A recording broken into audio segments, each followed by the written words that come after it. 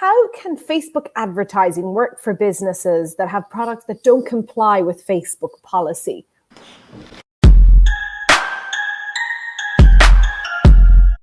So that one there we get a lot because Facebook's getting stricter and stricter with their policies, whether you're promoting CBD, whether you're promoting erectile dysfunction, Nutra, all these businesses have it can get a little challenging on Facebook. But the goal is remember, this strategy works very well with those businesses that might not comply with Facebook, because we're not selling them anything directly. We're not promoting any products that are against Facebook policy.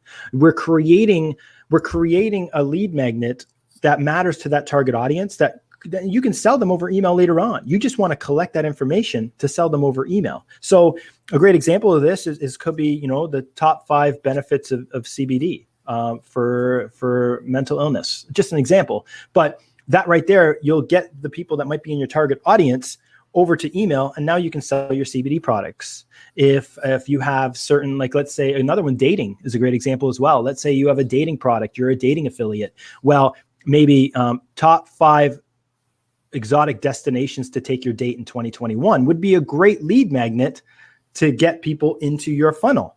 And then you can start promoting your dating program. Because keep in mind, right? Like, if people are going to be downloading that lead magnet, there's a good chance they're single. It's a good chance, if you gear it towards a male audience, it's a good chance they're going to be the perfect customer for your dating product. So that's the whole point here, is you're not getting that immediate sale. It's not, okay, they're going to sign up from seeing this lead magnet. That's not the point here, because the intent's not there yet. You need to create that intent and then get them over to email, where you can start up your email drips and start pushing your sales a little harder over email. Very clever. Thank you. That's really interesting. And how can Facebook advertising and SEO work together? Yeah, this is one of the reasons why I merged my company with an SEO company. And SEO, search engine optimization, you get a lot of high intent searches. And when somebody lands on a certain piece of blog content, or they land on a certain service page for your business or product page, it gives you a good opportunity to get a very specific message in front of that person through a Facebook or Instagram ad.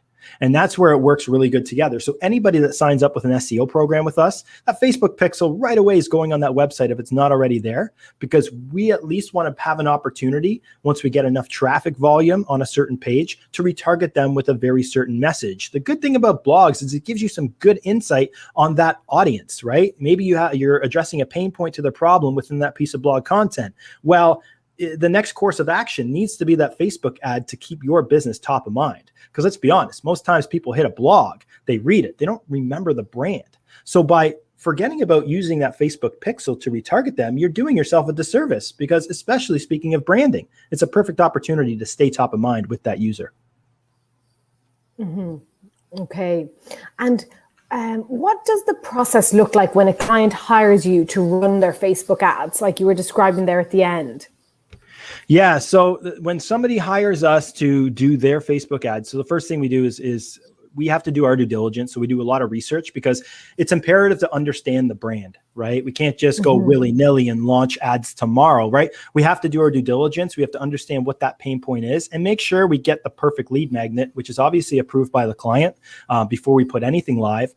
We have a team of copywriters here as well that are hired right across the street from the University of Guelph, which is great for us because they're right out of school and they're hungry and eager to learn. So it's really good for copywriting. And once we get that copy approved, now we can go ahead and launch that campaign. Typically, we say give it 90 days, because keep in mind, in the first month, we're doing a lot of testing to find out what works, right?